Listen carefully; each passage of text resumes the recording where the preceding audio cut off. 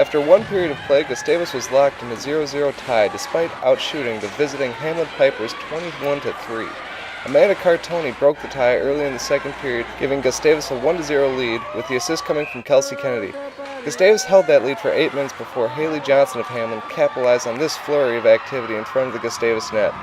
Gustavus continued to barrage the Hamline net through the second and third periods, outshooting the Pipers 45-18 during regulation, but couldn't break the tie, moving into overtime.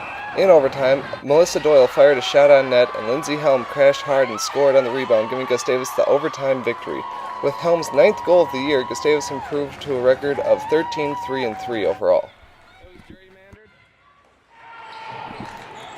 Women's basketball had to climb out of an early hole against St. Thomas last Saturday. The Gusties found themselves down 8-0 4 minutes into the contest, but battled back over the next 10 minutes and tied it up with 5 to play in the first, thanks partly to a 6-point scoring stretch by Abby Rothenbuehler.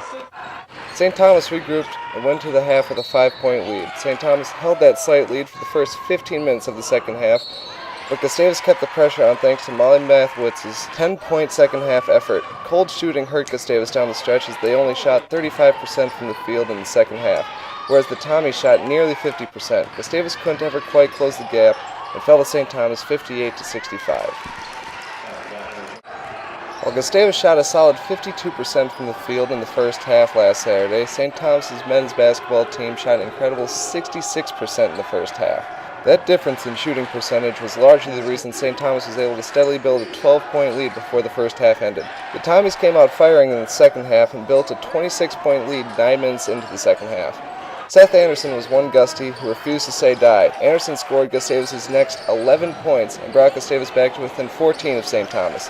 A 12-point second-half effort by Phil Wertis helped Gustavus come within 10 points of the Tommies, but proved to be too little too late. Anderson finished the game with an outstanding 28 points, but the Gusties fell to St. Thomas with a final score of 71-60.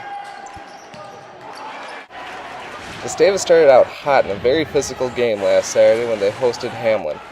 The Gustie men got on the board first when Shale Hector redirected this shot by Ia Kochuk for his 6th goal of the year. The early promise the Gusties showed slowly began to dwindle. Hamline tied the game up at 1 apiece 6 minutes later. Then, moving into the second period, the Pipers took a 2-1 lead with 5 minutes remaining in the period as Alex Lundbohm scored this goal as he was falling to the ice. The third period started with Hamline taking 2-goal lead off this snapshot from the left dot.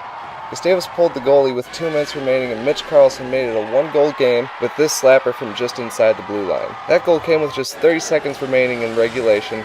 Gustavus couldn't get the tying goal in the waning seconds. The final was a 3-2 Hamline victory.